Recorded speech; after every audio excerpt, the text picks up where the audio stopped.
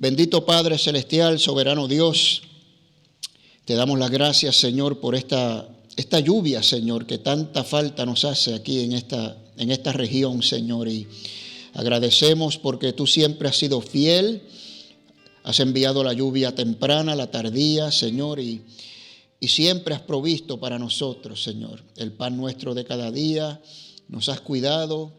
Y hasta este mismo instante en nuestras vidas podemos decir, hasta aquí tú nos has traído. Hasta aquí hemos sido sostenidos por tu poderosa diestra, Señor. Exaltamos tu nombre, Señor, le damos honra y gloria. Reconocemos que tú eres el Rey de Reyes, el Señor de los Señores, el Dios de Abraham, el Dios de Isaac, el Dios de Israel. Gracias, Señor, gracias por la gracia que nos has extendido, por la revelación maravillosa de ese misterio escondido desde antes de la fundación del mundo, el evangelio de la cruz de Cristo, Señor. Y nos has hecho partícipe de él, Señor. Y tenemos ya seguro nuestros lugares en lugares celestiales, Señor. Tal conocimiento es demasiado grande para nosotros, Señor. Pero aquí estamos fieles y firmes en la obra, Señor.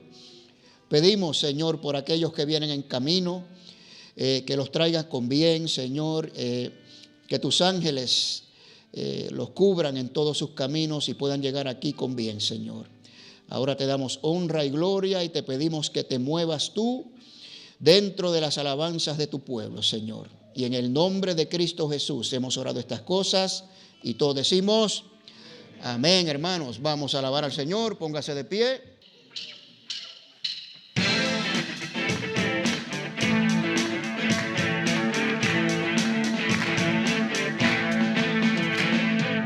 Mira cuán bueno y cuán delicioso es habitar los hermanos juntos. Mira cuán bueno y cuán delicioso es habitar los hermanos juntos. Cuando se juntan como un solo pueblo, toda división hace a un lado. Ahí Dios enviará su vida eterna. Ahí Dios enviará su bendición. Llenos de gozo, un canto armonioso, ofreceremos todos a una sola voz. Somos victoriosos, más que vencedores, ganaremos juntos la batalla. Cuando se juntan como un solo pueblo, toda división hacen a un lado. Ahí Dios enviará su vida eterna. Ahí Dios enviará su bendición. Mira cuán bueno y cuán delicioso es habitar los hermanos juntos. Mira cuán bueno y cuán delicioso es habitar los hermanos juntos. Cuando se juntan como un solo pueblo, toda división hacen a un lado.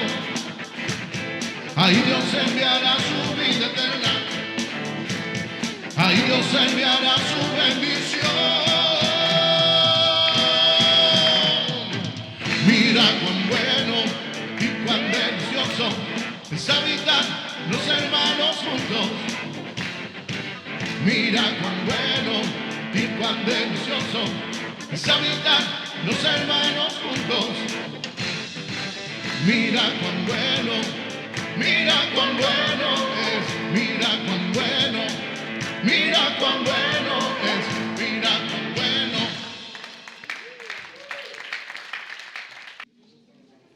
Muy bien, hermanos, muy bien. Bueno, lo primero que quiero exponer es algo que yo presumí que todo el mundo sabía, ¿ok? Y aparentemente no es así. Y es cómo se cuentan los años desde Cristo, antes de Cristo y después de Cristo. Pues yo pensé que todo el mundo sabía eso, pero aparentemente no. Así que vamos a mostrar rápidamente una gráfica aquí. Voy a ir un poquito rápido Era para ver si nos da tiempo a exponer todo. Entonces, tenemos la creación, que nadie sabe en realidad cuántos años pasaron desde la creación hasta Abraham. De donde tenemos historias de Abraham, y eso data de unos 4,000 años. AC es antes de Cristo, ¿ok? Eso es lo que significa AC. Entonces, noten que los años antes de Cristo se van contando hacia abajo, van disminuyendo. Esa es la forma que se hace, ¿no? Y por ejemplo, el Éxodo ocurre en el año 1440, esa es una de las fechas antes de Cristo. Pues ahí usted ve que han pasado unos casi 2600 años desde Abraham hasta el Éxodo, ¿verdad? Pero vienen contándose hacia abajo. Donde estamos aquí en Daniel ocurre en el año 539, de nuevo seguimos hacia abajo, ¿verdad? Y este personaje que vimos, y vamos a volver a verlo hoy un poquito, Antíoco IV o Antíoco Epífanes, que está en esta profecía en el capítulo 8 de Daniel, eso ocurre en esos años. Entonces lo que quiero es mostrarle esto. Ahí está Cristo en el centro, ¿verdad? Bueno, no está en el centro, ¿verdad? No está a escala esto aquí. Pero Cristo es la referencia. Pero no se sabe cuándo nació Cristo. Cristo es solamente la época de Cristo. Vino Él, ¿verdad? Y en esa época ahí estuvo. Entonces, si lo quieren ver numéricamente, es el año 0, pero no hay año 0. Es una referencia nada más. Todo es relativo a Cristo. Antes de Cristo y después de Cristo. Entonces, antes de Cristo vienen hacia abajo hasta que llegamos al año 1 antes de Cristo y de ahí brincamos al año 1 después de Cristo. ¿Ok? ¿Está claro, hermanos? ¿Sí? Ok. Entonces, bueno, pues después de Cristo, pues ya lo sabemos, ¿verdad? Entonces los años se cuentan de mayor a menor antes de Cristo. Todo el Antiguo Testamento es antes de Cristo.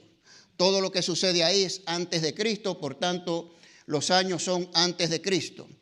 Y después de Cristo, pues estamos ahí en el 2025, en el presente, ¿verdad? Y de aquí en adelante tenemos un tiempo indefinido que vendrá la segunda venida de Cristo y los nuevos cielos y la nueva tierra. Entonces después de Cristo se cuentan de menor a mayor, como todos conocemos, ¿verdad? Así que en esa parte derecha de la gráfica, por aquí, ¿verdad? Ahí está la fecha de nacimiento de usted y la mía.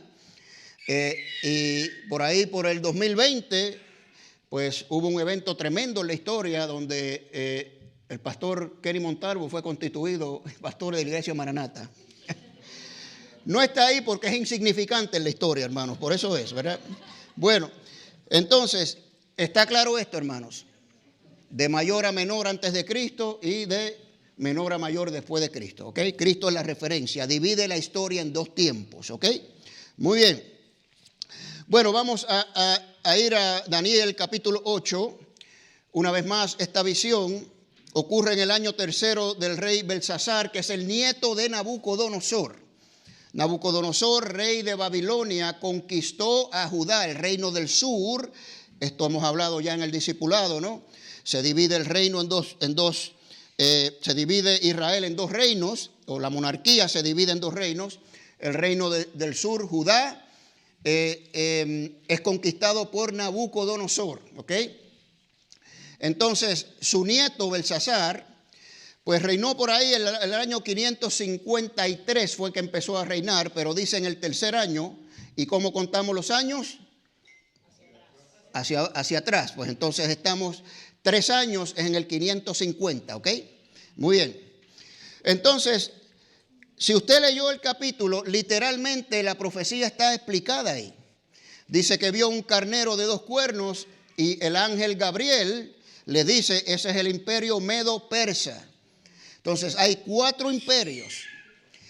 Babilonia fue el primero, la cabeza de oro en la estatua del sueño de Nabucodonosor. Después vinieron los medo-persas, después los griegos y después los romanos. Todo esto es historia, ¿okay? Pero está en la Biblia, ¿okay? Esto concuerda con la historia perfectamente. Entonces, 2 cuernos, Media y Persa. Los persas hoy en día es Irán. Los medos son los kurdos que están todavía peleando porque le den una tierra, ¿no? Están ahí entre Irán e Irak, ¿no? Los de Babilonia son los de Irak hoy en día, ¿verdad? Para que usted más o menos tenga una idea. En la visión aparece también un macho cabrío de un cuerno. Y el ángel le dice que este cuerno representa un rey, ¿verdad? Un rey. Y sabemos quién es el rey, la historia nos lo dice, es Alejandro Magno. Entonces, 2 cuernos, Media y Persia, un cuerno, los cuernos representan naciones o reinos, siempre en las visiones, en las profecías, ¿no? Entonces, Grecia conquista a los medo-persas y fue Alejandro Magno que lo hizo, está en el versículo 21, ese es el primer rey. Pues la historia nos dice que Alejandro Magno murió muy joven, por ahí por el año 331, por ahí 333, no me acuerdo, él hace esta conquista y muere en el año 323, creo que es. Solamente estuvo 10 años, murió de una enfermedad. Entonces fue quebrantado, eso es lo que significa. Y de ahí salen 4 cuernos. ¿Qué son los cuernos? Pues son reyes, ¿verdad? Son reyes o naciones, ¿no? Entonces se divide el imperio de Grecia en 4. Y ya hemos dado los nombres de estos 4 generales de Alejandro Magno, que es Ptolomeo, Casandro, Lisimaco y Seleuco. Ahí hay unos nombres si usted le quiere poner a su próximo bebé, ¿verdad? Entonces, la profecía es literal aquí, o sea, el ángel se le está explicando todas estas cosas, excepto no da estos nombres, pero la historia nos los dice que fue así. Concuerda con la historia perfectamente, ¿no? Ok, entonces se divide en 4 y hay un cuerno pequeño que nos habla en el versículo 9, ¿verdad? De uno de ellos salió un cuerno pequeño que creció mucho. Entonces, ese cuerno pequeño, que es el famoso personaje que ya hemos visto, Antíoco IV, que él mismo se puso Epífanes de Epifanía, se creía que era Dios, ¿no? Y sale de Seleuco, es Seleucida. Seleucida se le llama a esa sección, esa área que este general controlaba. Y ahí está los babilonios, los medopersas, Israel, toda esa área él la controlaba. De ahí sale este señor, ¿verdad? Y dice que es un rey altivo, ¿ok? Y que conquistó muchas, ¿verdad? Muchas tierras y creció y tuvo tremendo poder. Ahora, aquí viene el versículo que tenemos que prestar atención, ¿ok? Dice que con su sagacidad, este Antíoco, ¿verdad? Este rey, que no menciona el nombre aquí, pero la historia, sabemos quién es por la historia, ¿ok? Entonces, dice que hará prosperar el engaño en su mano, se engrandecerá en su corazón, sin aviso destruirá a muchos, todo eso sucedió. Ahora, aquí viene, y se levantará contra el príncipe de los príncipes. Y esa es la parte de este pasaje que tenemos que prestar atención, ¿no? Y dice que será quebrantado, quiere decir va a morir, pero no por mano humana, ¿ok? La pregunta es esta: ¿quién es el príncipe de los príncipes? Si usted está leyendo esto, ¿ok? Inclusive sin conocer la historia, ¿quién usted diría, así de volada, quién es el príncipe de los príncipes? A ver. Jesús, dijeron por ahí. ¿Sí? Eso es lo primero que a uno se le ocurre, porque Jesús es príncipe de paz, ¿verdad? Y es príncipe de los príncipes. ¿Ok? Así que vamos a ver este reto, vamos a ver las interpretaciones que hay aquí. La primera interpretación, que es la que yo más me apego, ¿ok? Pero les voy a dar una explicación. El hermano Roberto me preguntó, ¿cuál es? Pero dinos qué es tu posición. Pues tengo varias posiciones que ya he llegado, ¿verdad? Aunque no firmes, pero se las voy a dejar saber. Aquí representa a Israel. ¿Por qué? Bueno, cuando dice que no muere por mano humana, Antíoco no murió derrotado en batalla, ni fue muerto en batalla, sino murió por una enfermedad. Y los judíos le atribuyeron esto a Dios.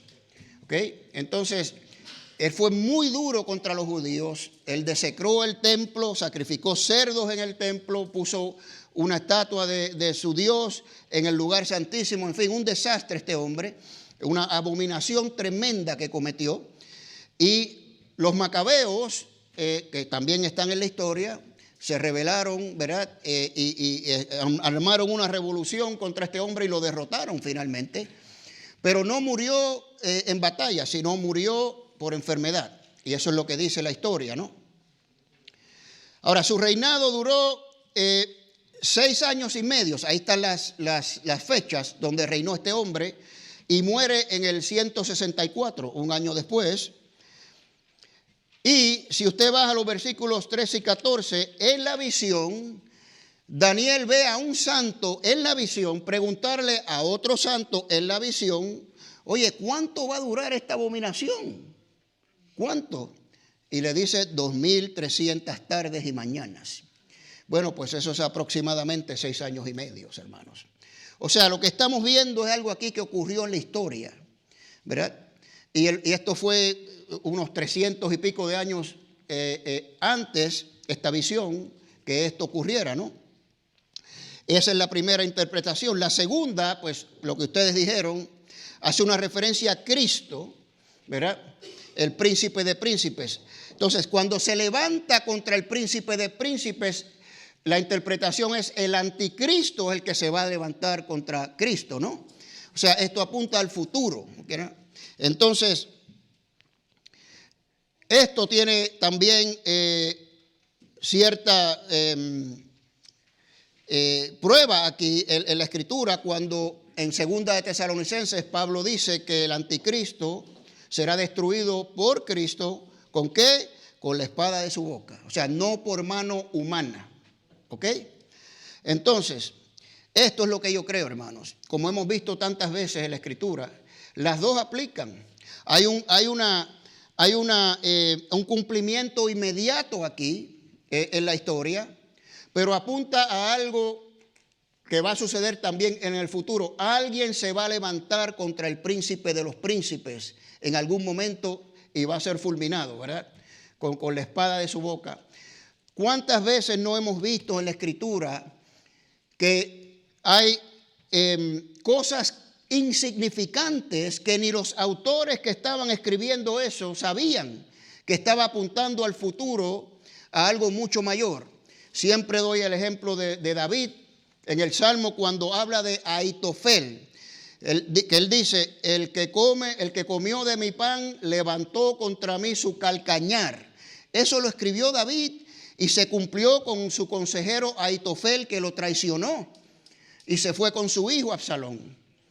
¿Qué sabía David? Que Jesucristo, 1000 años después, iba a utilizar esa misma escritura para hablar de la traición de Judas. ¿Me entienden, hermanos? Y eso es lo que sucede aquí.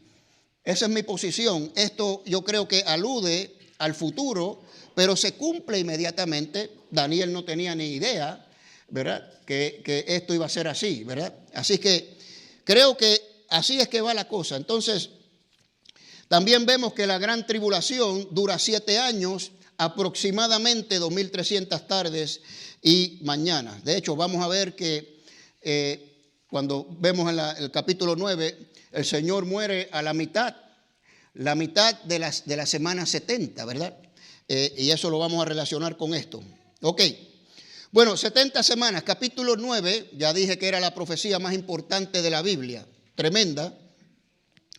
Y vimos la oración eficaz de Daniel, y no puedo seguir, hermanos, sin volver a hablar de la oración eficaz, porque vuelvo y les digo, a mí me interesa más la oración eficaz de Daniel que interpretar esta profecía. Se los digo con toda honestidad. Y les hice un reto que oremos de esta manera. Vamos a orar de esta manera y vamos a ver lo que el Señor hace, hermanos. ¿Están comprometidos conmigo a orar de esta manera? ¿Sí? Bueno, pues cuando usted empiece a orar, empiece a adorar a Dios. Adore a Dios. Muéstrele reverencia, ¿verdad? Muéstrele gratitud. Reconózcalo como lo que Él es, Rey de reyes, Señor de señores, soberano sobre toda la creación. Adórenlo. y después pida perdón por sus pecados. Confiese sus pecados y pida perdón y después hace su petición. Eso es lo que tenemos que hacer en la oración. ¿Okay? ¿Tenía algo, hermana? Sí. Hábleme alto, hermana, que no estoy oyendo bien. Sí, escuchar al Señor la adoración que le hagamos antes de pedirle perdón. Que si la escucha el Señor. Usted dice que primero lo adoremos y que después pidamos perdón. No, o sea, ok. Si el Señor va a escuchar antes de la adoración de nosotros, antes de pedir perdón. Sí, o sea, no quiero dar la impresión de que hay que orar así para que el Señor escuche. No es eso, hermana. No es. El Señor va a escuchar su oración. Sí. O sea, Tenemos que pedir perdón primero. Bueno, cada cual, ¿verdad? Pero vemos un modelo aquí de cómo Daniel oró. Y este modelo sigue el modelo que Jesucristo le dio a sus discípulos en el Padre Nuestro, si usted se fija, ¿verdad? Padre nuestro que estás en los cielos, santificado sea tu nombre, eso es adoración. Venga tu reino, ¿verdad? Entonces, sigue ese modelo, pero no quiero decir que si usted no ora de acuerdo a este modelo, el Señor no va a escuchar. El Señor escucha, hermana, eso, o sea, no hay problema con eso. Ahora, lo que yo creo es esto que está aquí. Que una vez uno adore y confiese, entonces uno ya está preparado para pedir de acuerdo a la voluntad del Señor. ¿Okay? Esa es mi opinión personal. Y yo, el reto es para que oremos así, con corazones contritos, humillados, con fe, y vamos a ver lo que el Señor hace. Vamos a ver lo que el Señor hace, ¿ok? Ok, muy bien. Ahora, ¿qué está sucediendo? Bueno, Daniel está estudiando Jeremías y se da cuenta que ya se han cumplido los 70 años. ¿Qué 70 años? Bueno, en Jeremías 25 y Jeremías 29, el Señor había dicho que iban a ir cautivos a Babilonia y a los 70 años Él iba a volver y los iba a restaurar. ¿Ok? Y Daniel, estudiando esto, dice, ya se han pasado los 70 años. Estamos en el año 539, ¿verdad? Y el cautiverio empezó por el 609, por ahí 607, y ya han pasado los 70 años. Entonces Daniel quiere saber qué va a pasar con Israel. Esto es bien importante que lo entendamos, ¿verdad? ¿Qué es lo que va a pasar? Y por esta razón se habían cumplido, ¿no? Ahora, la profecía o la respuesta, perdón, está en los versículos 20 al 27 del capítulo 9. Y comienza con estas palabras: entiende la visión, entiende la visión. Bueno, ¿de qué visión está hablando? Porque en el capítulo 9, si usted lo leyó, no hay ninguna visión, ¿verdad que no? No hay visión ahí, la visión está en el 8, que ocurrió como 10 años antes, ¿verdad? Según los números que tenemos. Entonces,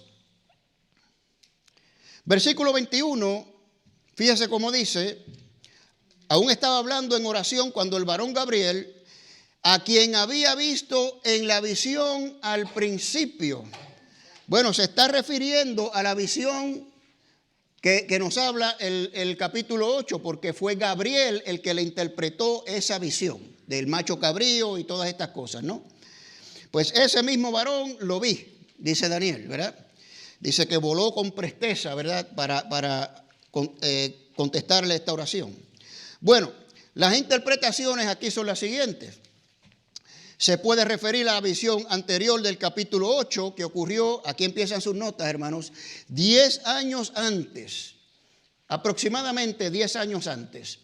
Yo no tengo esta posición. Mire, yo me leí esto yo no sé cuántas veces, hermano, ya perdí la cuenta.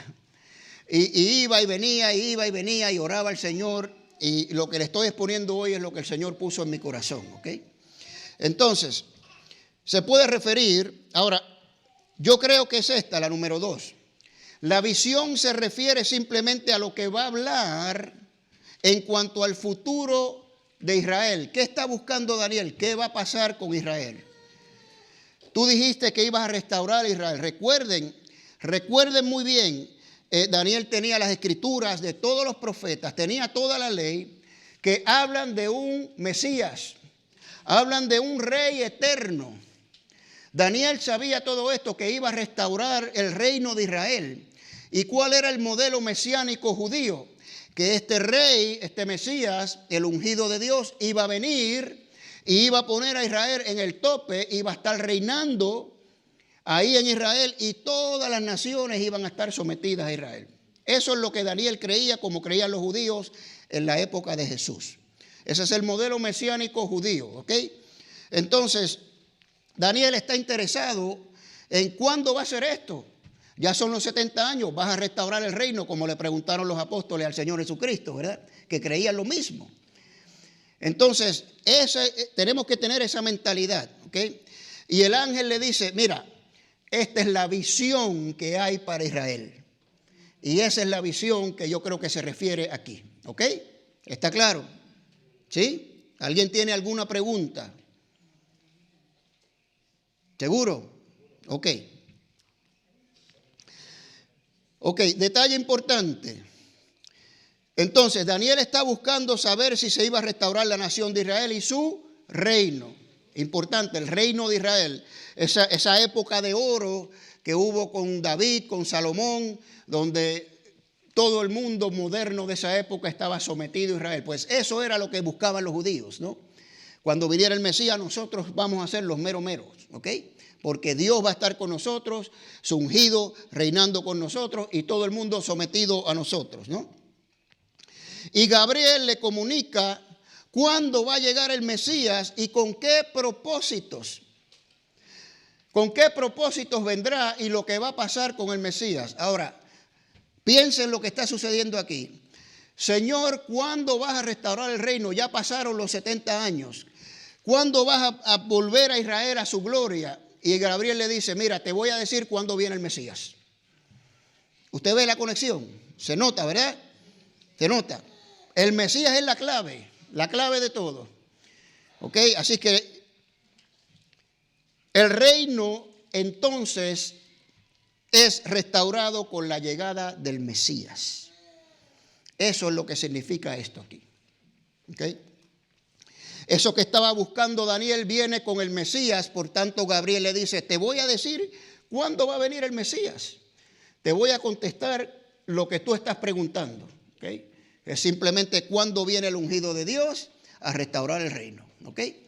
Entonces, eso es lo que Daniel le dice. Ahora, interesante que en el capítulo 8, y aquí vamos a conectar estas dos cosas, ¿no?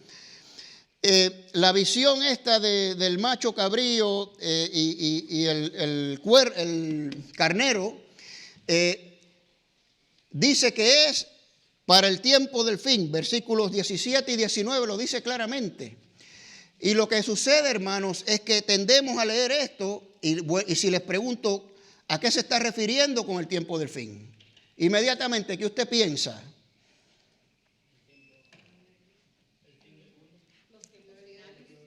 Ok, una persona que me conteste, por favor. Las cosas que van a pasar en la vida de Cristo. Ah, muy bien, ok. Ok, la venida de Cristo. Exactamente eso es. Exactamente. Pero lo que sucede aquí es que muchos leen esto y lo llevan a la segunda venida de Cristo. A los tiempos del fin de los tiempos, la segunda venida, el reino milenial y nuevos cielos y nueva tierra. Pero mi opinión es que no es así.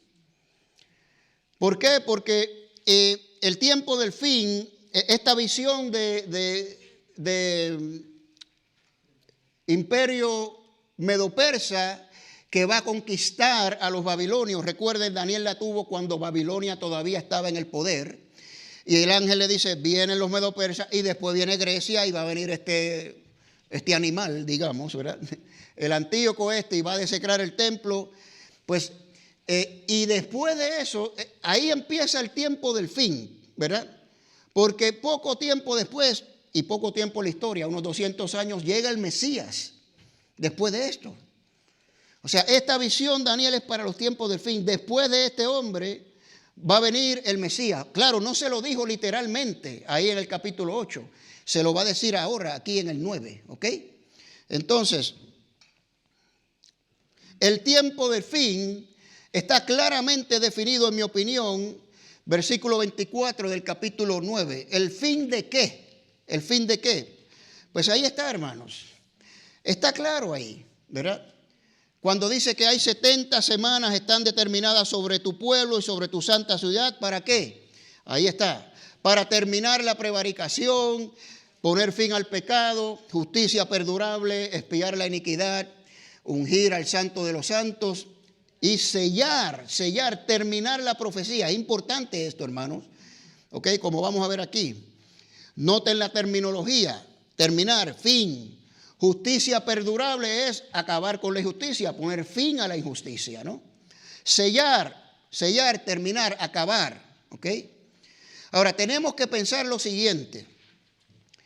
Todo el Antiguo Testamento, hermanos, las profecías y las promesas, todo que es acerca de Israel, terminan con Cristo.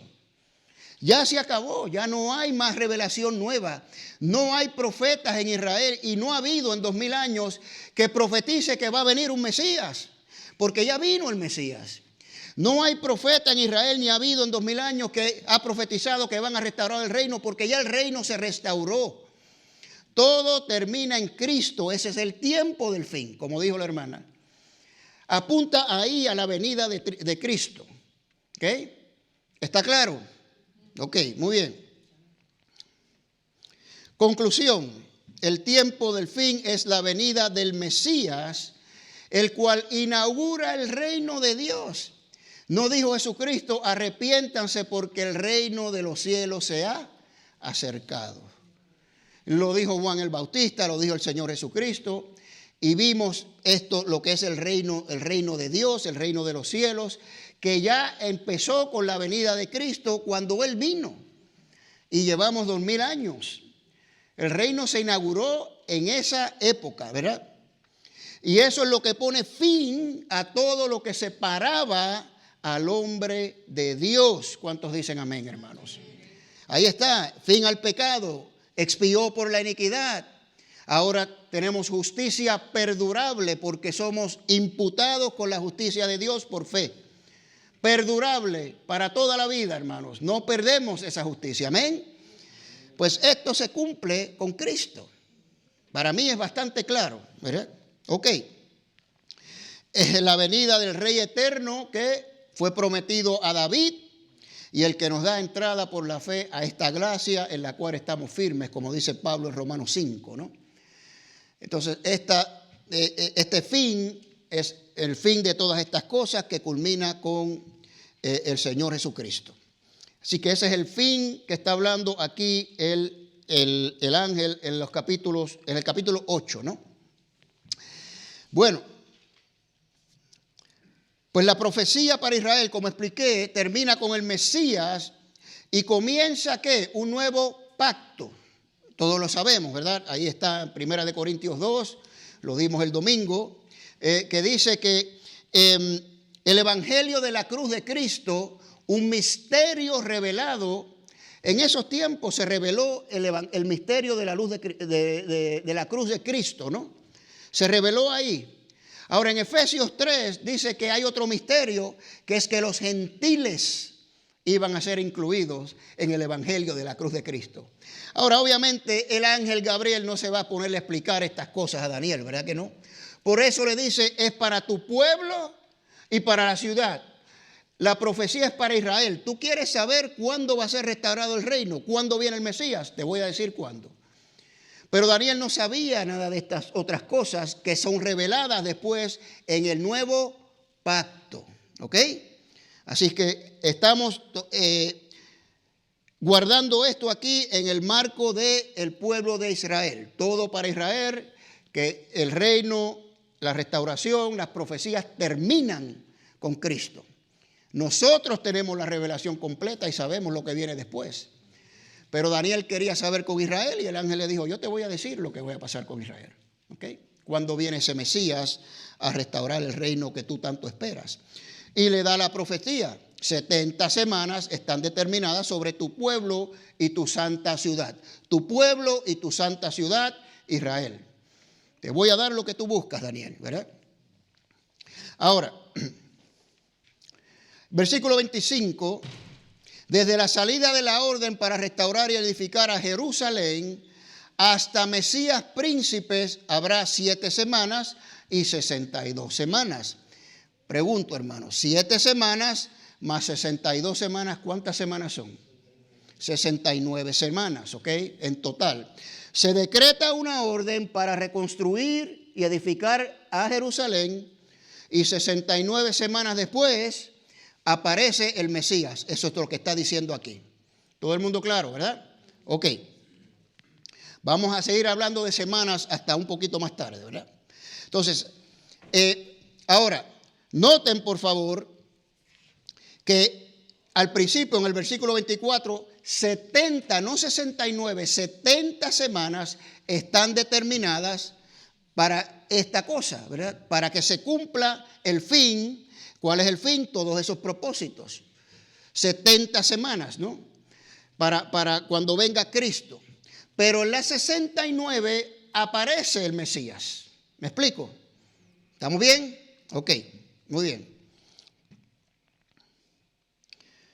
Entonces, estas semanas se empiezan a contar desde la orden de restaurar y edificar a Jerusalén. Aparece, escríbale ahí por favor, aparece el Mesías. ¿Ok? Ahora, ¿qué son semanas? ¿Qué son semanas? Semanas de años. Está en Levíticos 25, claramente, ahí está, pero literal, hermanos. Más claro no le puedo explicar. Y contará 7 semanas de años, 7 veces 7 años. De modo, mire lo que dice ahí, que los días de las 7 semanas de años vendrán a hacerte 49 años. O sea, una semana son 7 años y 7 semanas son 7 por 7, 49, ¿verdad? Si no, saque su calculadora ahí, ¿verdad? Y calcúlelo, ¿no? Así que son semanas de año. Ahora, hay otro pasaje interesantísimo, se los doy de tarea porque no tengo el tiempo. Está en Génesis 29, que ahí ocurre cuando Jacob va donde Labán y le trabaja 7 años por Raquel, y Labán le dice, sí. Y pasan los 7 años y llega el momento de la consumación de bodas. Y ahí entra Jacob, ¿verdad? Está todo oscuro, no había luz ahí, hermanos, ¿ok? Y bueno, y ahí pues se acuesta con su nueva esposa y cuando se levanta por la mañana se va. ¿Quién tú eres? Era Lea, ¿se acuerdan? ¿Ok?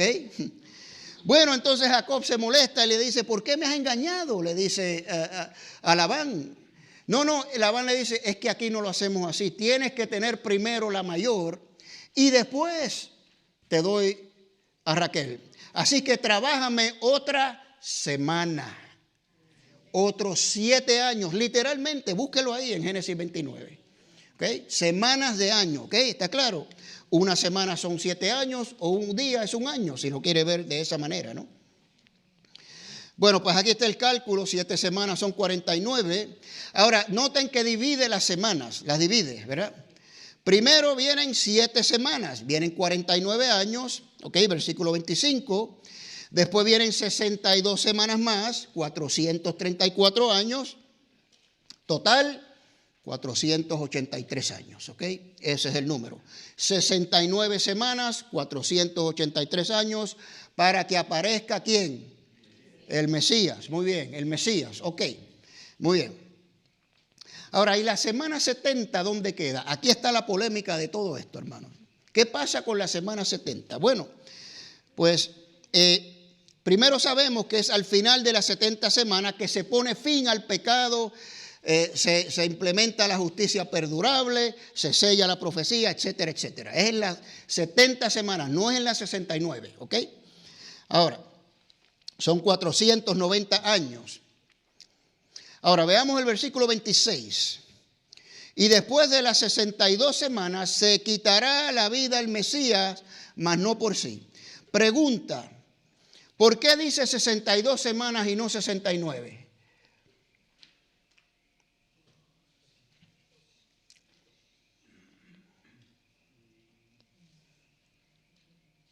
¿Algún buen observador?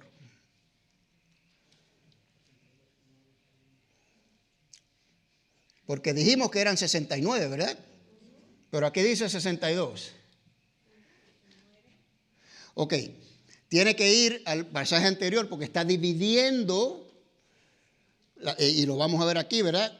Bueno, ya lo vimos, la división de semana, 7 semanas y después 62 semanas, y después de las 62 semanas aparece el Mesías. ¿Está claro? ¿Lo ven? No. Elizabeth no lo ve. Ok. Versículo 25. 7 semanas, habrá 7 semanas y después 62 semanas. Total 69. ¿Ok? En el próximo versículo está aludiendo al segundo grupo de semanas, a las 62. ¿Ok? Después de esas 62 semanas viene el Mesías. Pero son 69 semanas. ¿Me siguen, hermanos? ¿Sí? Como que no, ¿verdad? No voy a seguir hasta que no lo entiendan, hermanos.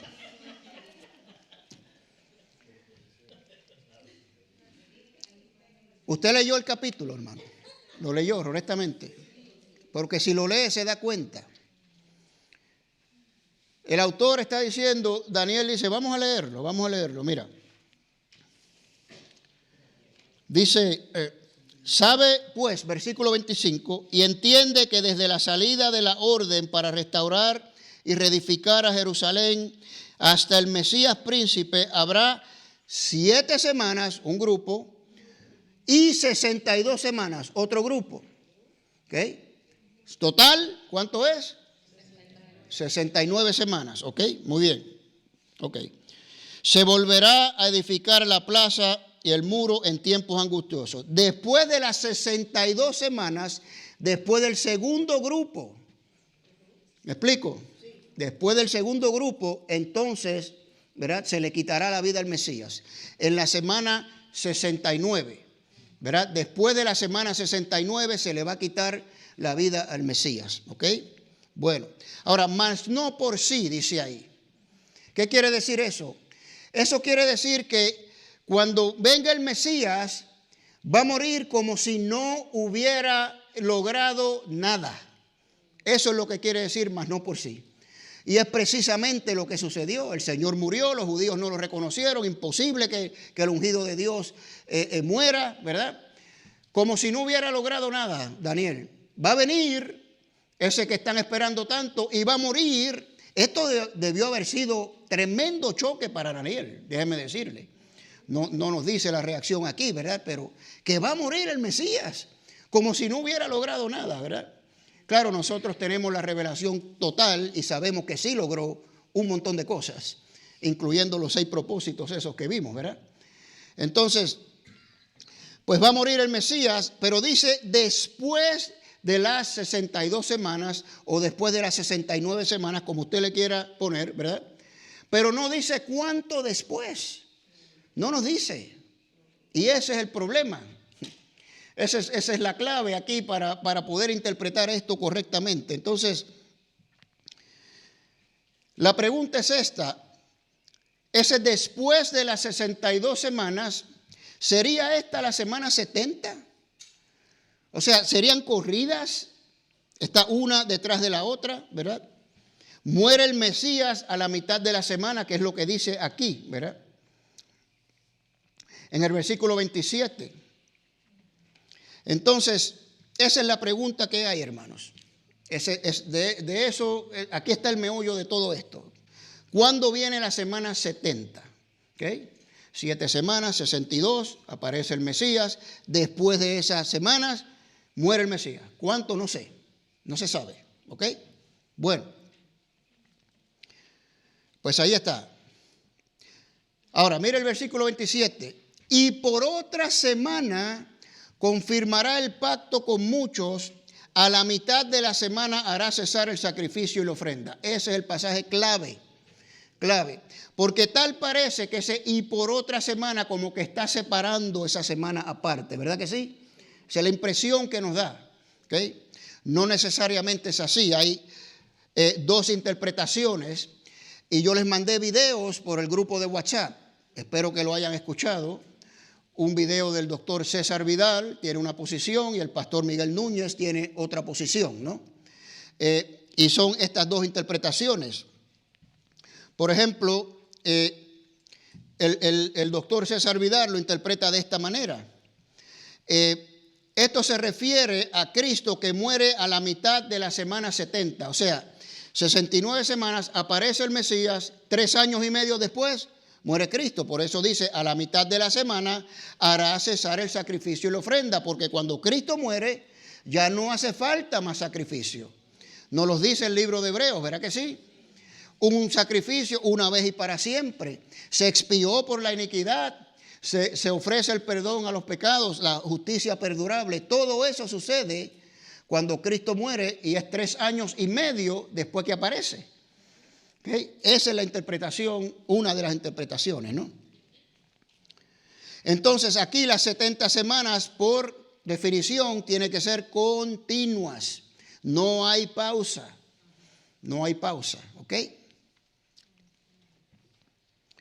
Y la otra interpretación completamente opuesta, que de hecho el doctor César Vidal menciona, si algunos creen que se refiere al anticristo, pues no es así, ¿verdad? Pero si usted escuchó al pastor Miguel Núñez y muchos que tienen esta posición, la creencia es que se refiere aquí al anticristo en un evento en el futuro. ¿Por qué? Bueno, porque la profecía, según estas personas, la semana 70 no ha ocurrido todavía.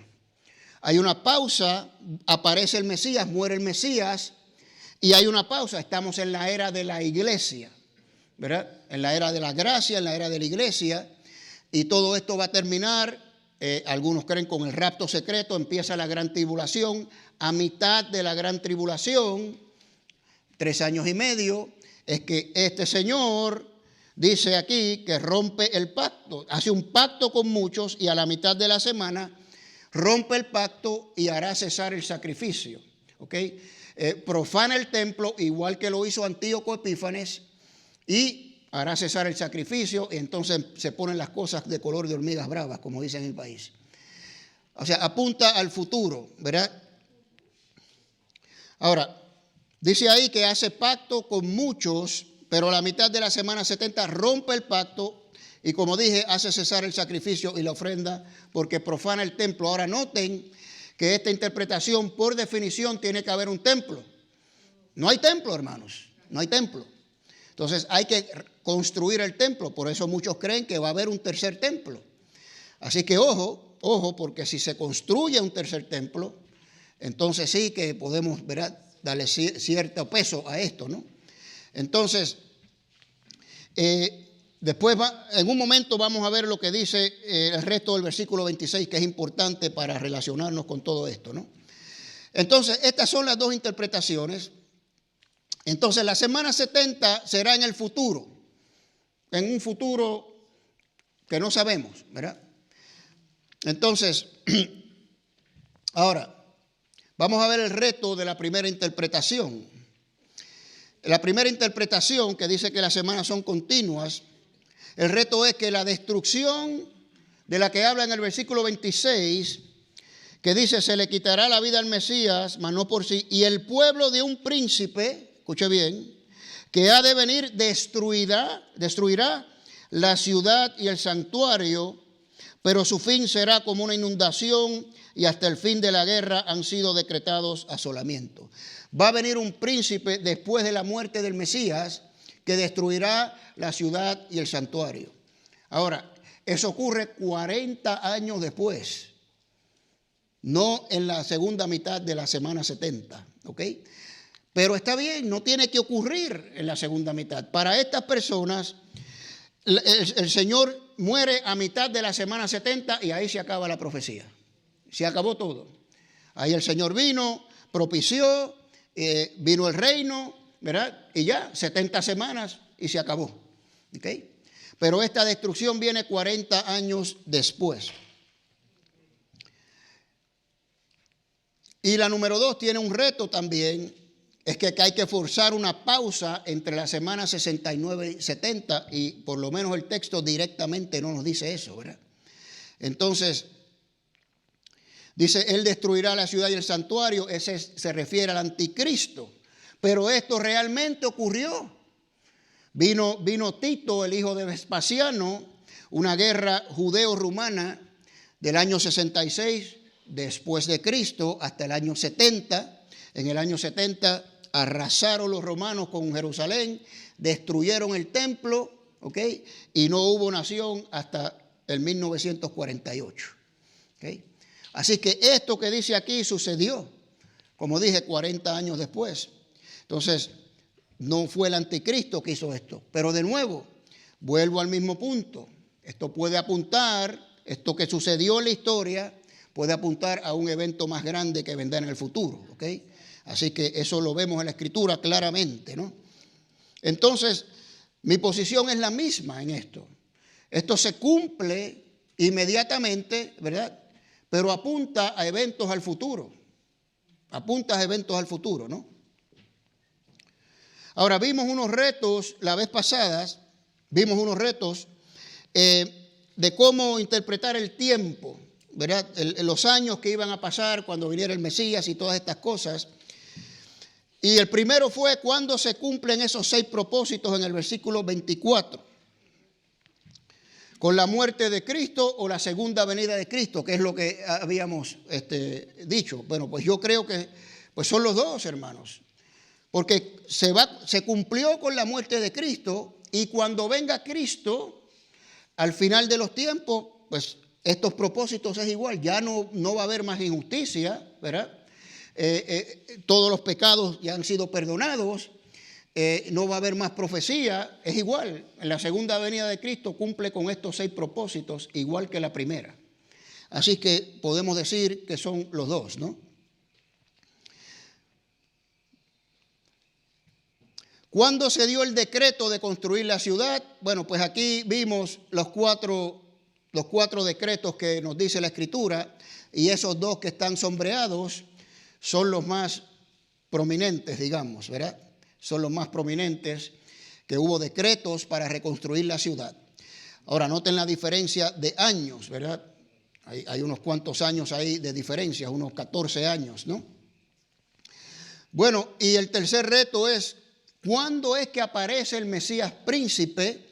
Si fue cuando nació el Señor, cuando se bautizó, su entrada triunfal o cuando lo crucificaron.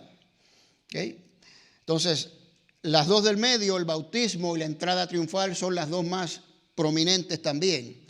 Aquellas personas que toman el bautismo toman a Artajerjes en el año 458 como la fecha del decreto, y los que toman la entrada triunfal del Señor toman el segundo decreto en el 444. Les voy a mostrar por qué es así.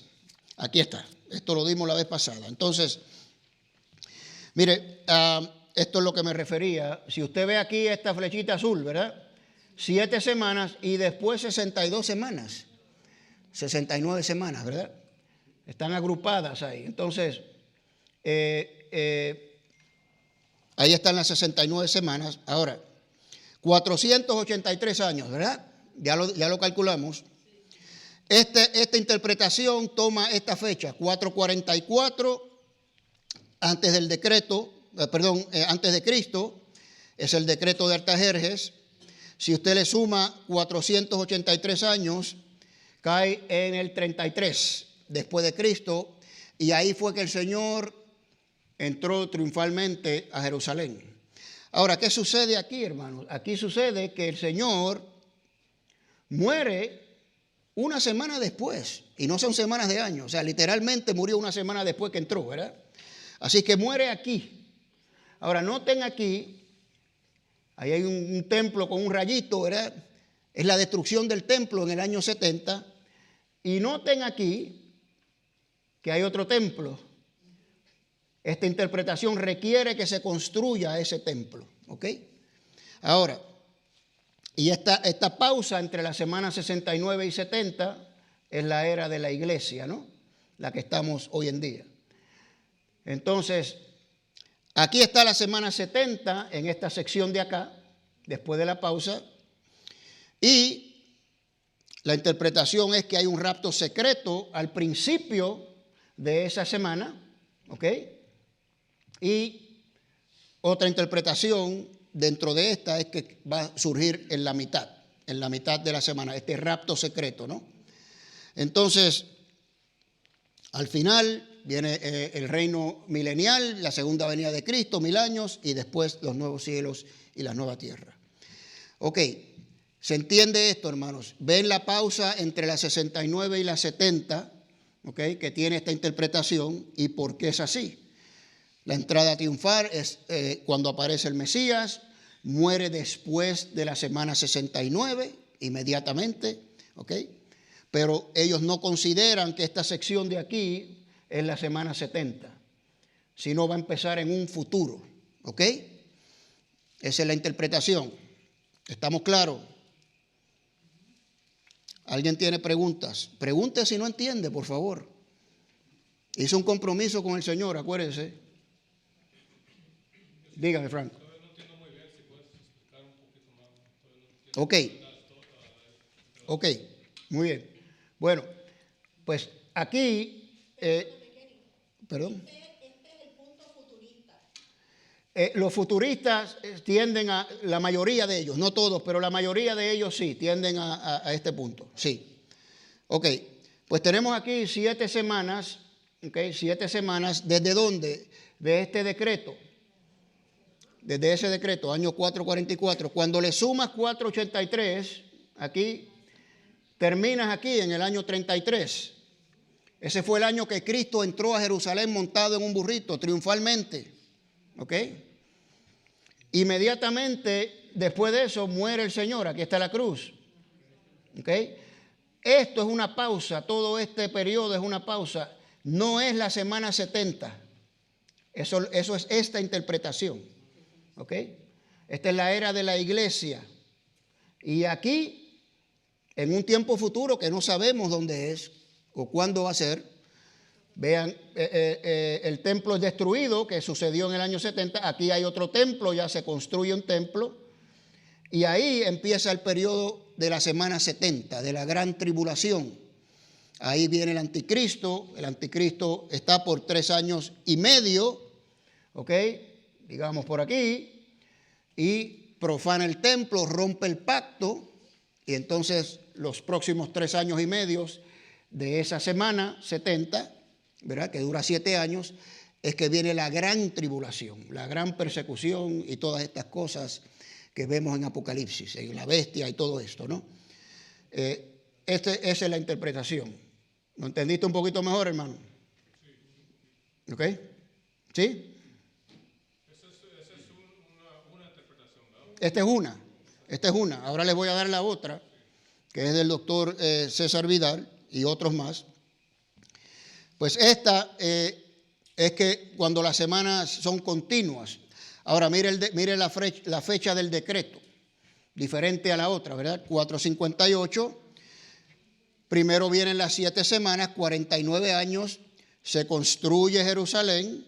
Tomó 49 años reconstruir a Jerusalén.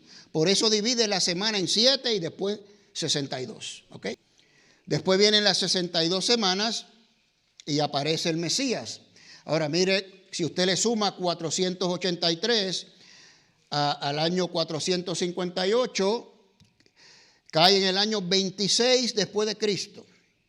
¿Qué sucedió ahí? Bueno, Lucas 3 dice que ese es el año número 15 del reinado del emperador Tiberio César. ¿Ok? Entonces, usted va a la historia y dice, bueno, ¿cuál fue el año 15 del emperador Tiberio César? El año 26. El año 26, ¿ok? Pues cae ahí en el año 26. ¿Y qué sucede ahí? El bautismo del Mesías. Lea Lucas capítulo 3 para que vea, ahí está. Ahí es que aparece Juan el Bautista y viene Jesucristo a bautizarse.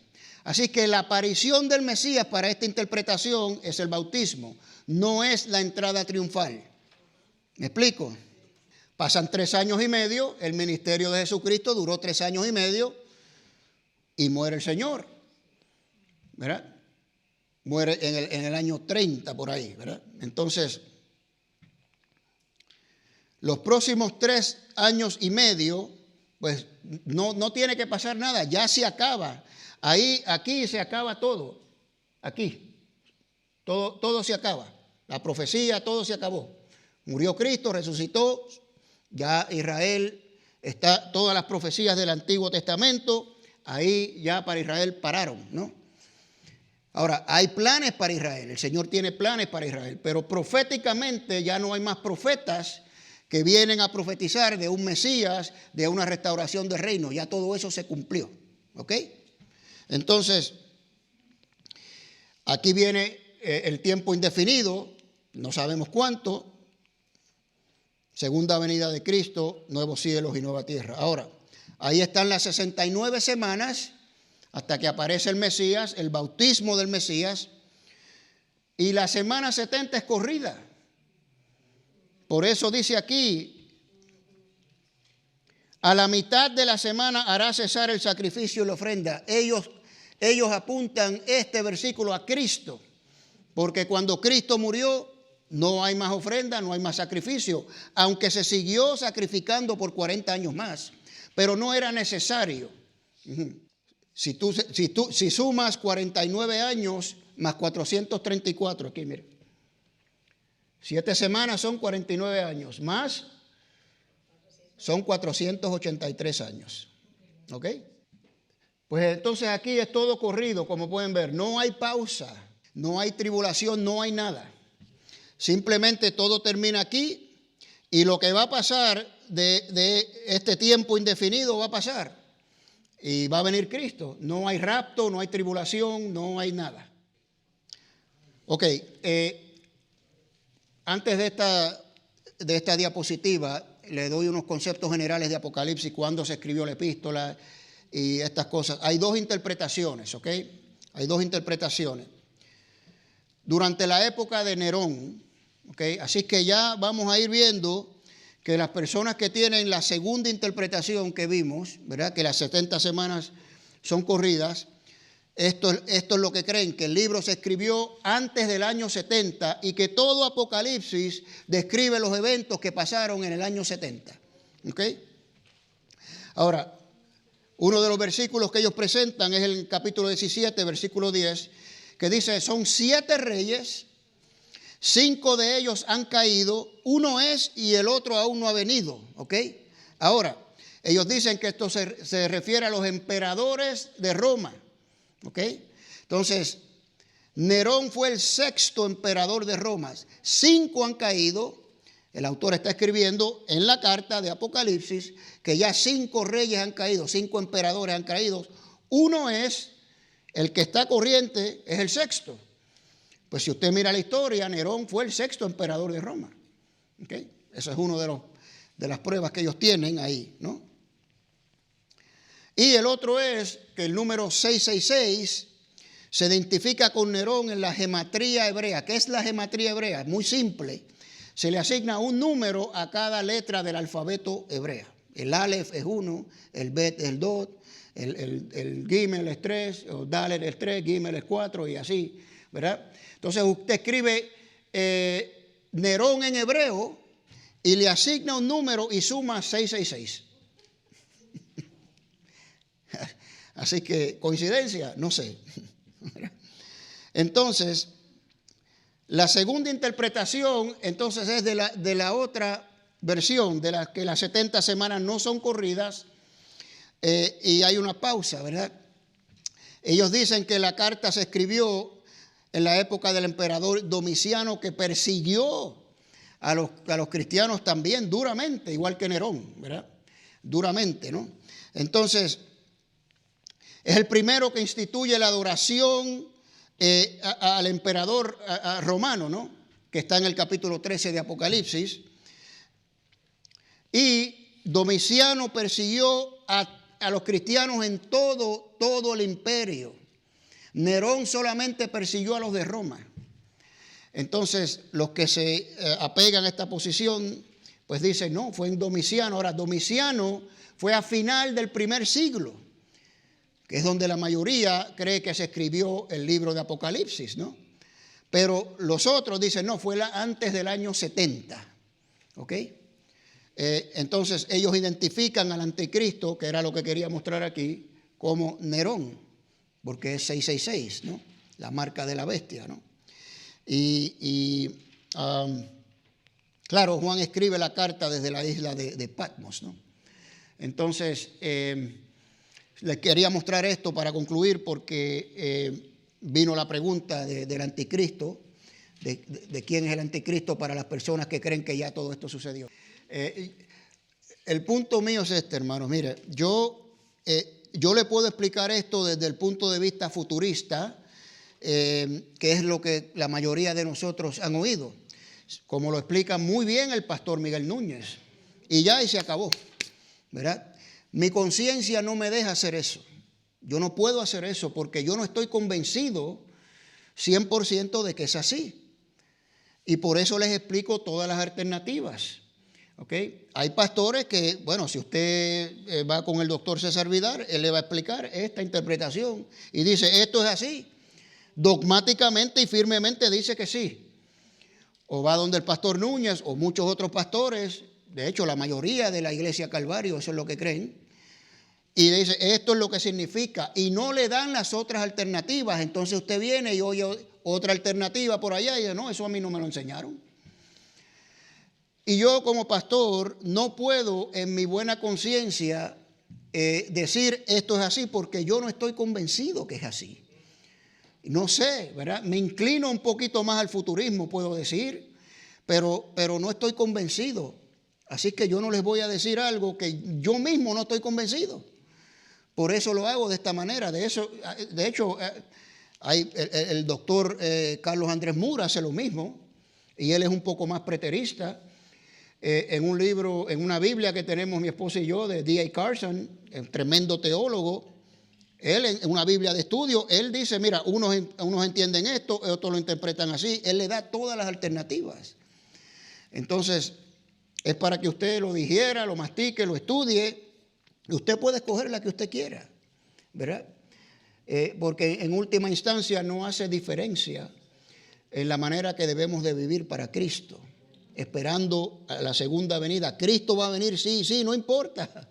Si hay tribulación, no hay tribulación, rapto, no hay rapto, si hay pausa en las 70 semanas o no, no importa, hermanos. La Escritura es muy clara que Cristo va a volver y nosotros tenemos que estar trabajando, ¿verdad? Y estar listos para su venida. Amén, hermanos. Bueno, por eso es que les expongo todas estas alternativas, hermanos. No puedo en mi conciencia decir esto es así cuando ni yo mismo lo creo. Amén. Bueno, pues los hermanos de la alabanza pueden subir. Entonces la próxima vez vamos a dar los primeros, bueno, quizás demos un poquito más de Apocalipsis entonces. Y va a dar los primeros 8 versículos. Pero ya con esto cerramos las 70 semanas. Si usted tiene preguntas, por favor, pregúnteme, por favor. ¿Okay? No se quede con confusión.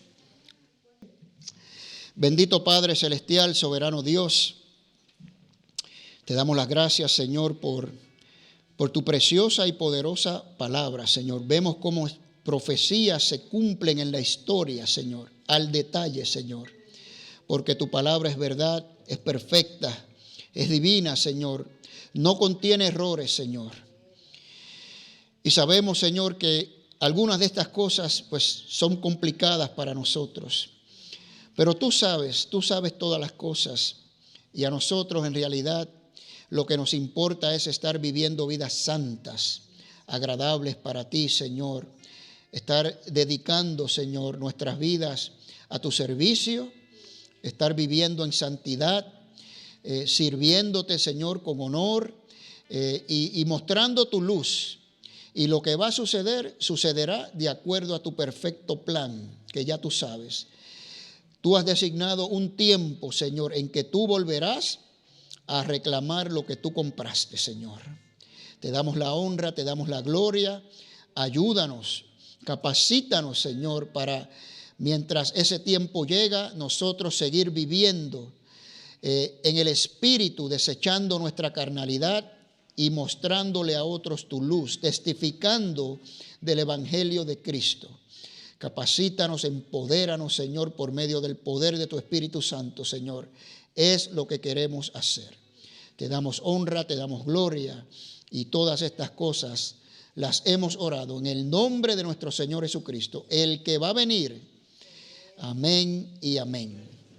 Muy bien, vamos a ponernos de pie entonces y alabemos a nuestro Dios. Mi corazón se regocija en mi Dios, mi Salvador, mi refugio es el Dios de Israel. Él me dio lo que le pedí, respondió a mi oración, este pobre clamó y Él me oyó. Y todo el mundo podrá ver que mi Dios tiene poder. Yo le doy gloria a Él, yo le doy gloria a Él. Y todo el mundo podrá ver que mi Dios tiene poder. Yo le doy gloria a Él, yo le doy gloria a Él. Cuán grandes son tus obras, muy profundos tus pensamientos. No hay nadie como tú. Caerán a tu lado 1000 y 10,000 a tu diestra, mas yo te libraré y te guardaré. Y todo el mundo podrá ver que mi Dios tiene poder. Yo le doy gloria a Él, yo le doy gloria a Él. Y todo el mundo podrá ver que mi Dios tiene poder. Yo le doy gloria a Él, yo le doy gloria a Él. Y todo el mundo podrá ver que mi Dios tiene poder. Yo le doy gloria a Él, yo le doy gloria a Él. Y todo el mundo podrá ver que mi Dios tiene